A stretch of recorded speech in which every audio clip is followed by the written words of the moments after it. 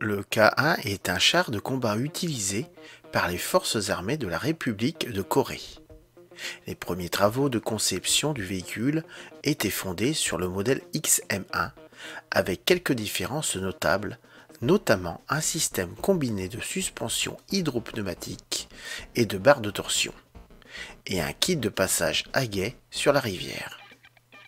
Pour répondre à la capacité opérationnelle requise, qui était propre aux opérations de combat dans le relief montagneux et marécageux de la péninsule coréenne, le K1A1 est entré en service en 1999, a été mis à niveau avec un canon à alésage lisse de 120 mm et doté d'appareils électroniques plus modernes, d'ordinateurs balistiques et de systèmes de contrôle de tir.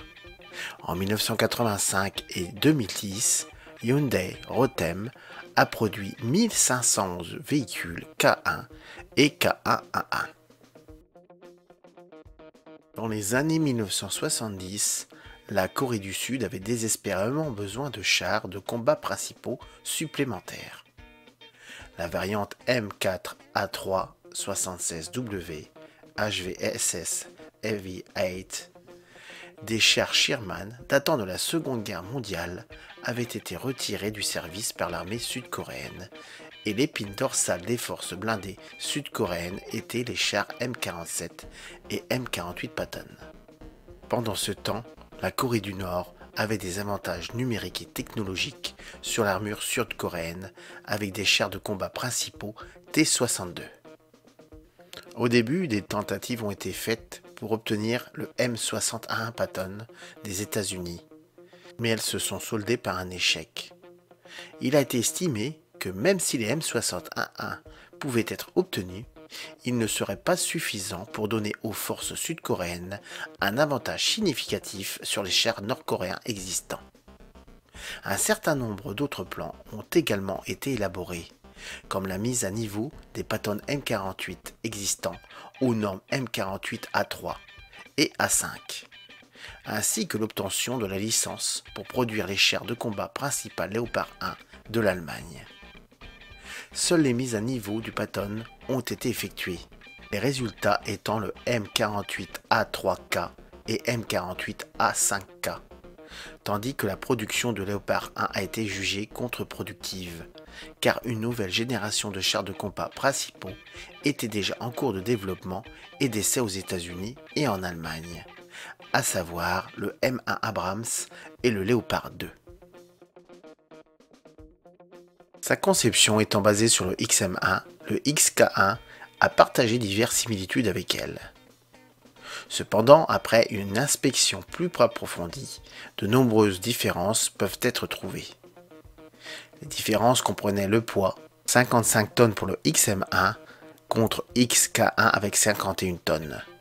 La hauteur 2,37 m contre 2,25 m. Le moteur 1500 chevaux pour le XM1 contre 1200 pour le XK1, bien que le moteur de XK1 sera plus tard remplacé par un nouveau moteur compact de 1500 chevaux utilisé sur le Léopard 2.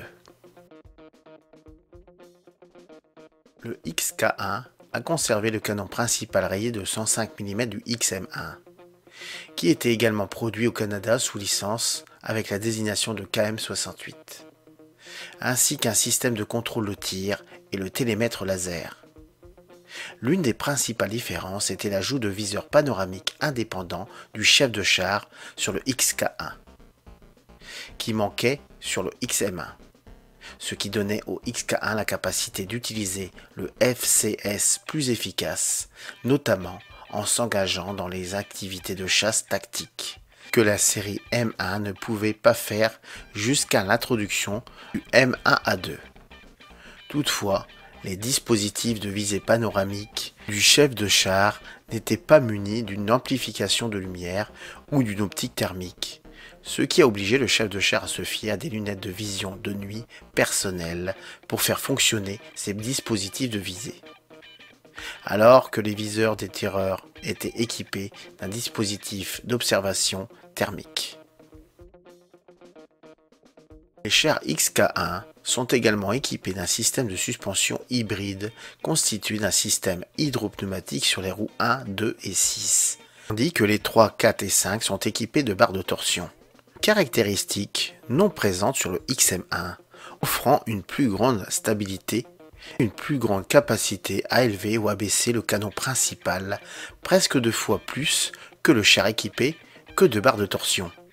Plus 20 à moins 9,7 degrés pour le XK1 contre plus 10 à moins 5 pour le XM1.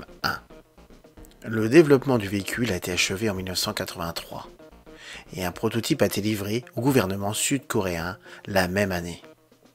Cependant, le moteur utilisé pour la conception a été remplacé par un nouveau moteur juste avant la production en série, ce qui a fait en sorte que le pont moteur et les grilles d'échappement du K1 sont devenus semblables à ceux du Léopard 2.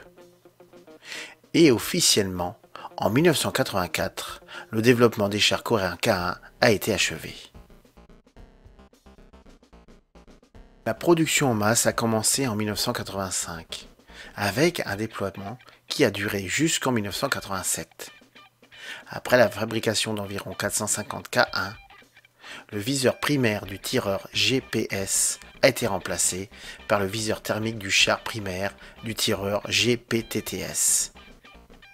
Le nouveau système a également remplacé le télémètre laser, qui s'est révélé plus sûr pour les yeux des utilisateurs, bien qu'ayant une portée moins efficace que le premier par mauvais temps. Le char est également équipé d'une armure composite similaire au Shobham.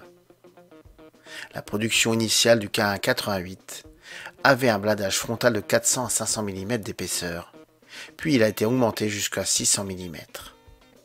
Le véhicule est également équipé d'un système automatique d'extinction d'incendie.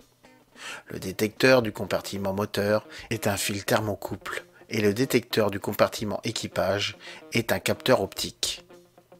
L'extincteur utilisé est le halon, couramment utilisé par des chars de combat principaux de l'Ouest. Alors que le système de climatisation est installé pour faciliter le confort de l'équipage, le véhicule n'a pas de système de suppression pour la défense CBRN et n'est pas protégé contre les attaques chimiques, biologiques, radiologiques et nucléaires, obligeant l'équipage d'enfiler un équipement de protection lorsqu'il travaille dans un environnement contaminé. Le K1A1, une version améliorée du K1, a été mis en service en Corée le 13 octobre 2001, après la production du premier début avril 1996. Le canon principal a été remplacé par le canon de 120 mm qui a presque doublé la puissance de pénétration du véhicule d'origine. De plus, son système de conduite de tir, ses viseurs thermiques, son télémètre laser, sa tourelle, sa stabilisation et son blindage ont été améliorés, ce qui donne au véhicule une plus grande capacité de survie et de létalité. Le blindage amélioré est appelé Korean Special Armor Plate, KSAP. Le poids du véhicule a augmenté avec la mise à niveau et a légèrement abaissé son rapport puissance-poids et la vitesse, dont le premier était déjà considéré comme trop faible pour le terrain coréen rugueux.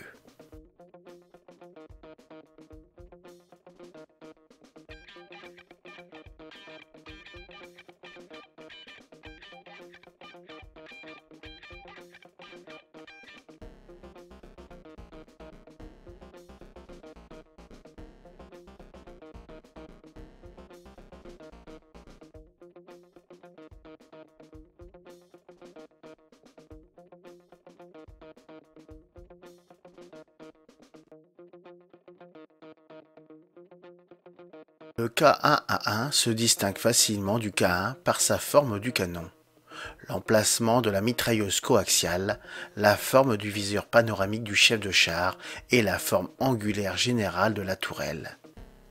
Le K1A1 a plus de surface incurvée que le K1. L'arme à canon lisse de 120 mm du K1A1 est plus épaisse que l'arme à canon rayé de 105 mm. Et a un manchon thermique plus épais à un tiers de la base de l'arme. La mitrailleuse coaxiale K1A1 est située à un point beaucoup plus élevé que le K1. Le K11 dispose également d'un KGPS jour-nuit en forme de cône par rapport à la vue du jour seulement du K1, qui a une apparence unie comme un tube.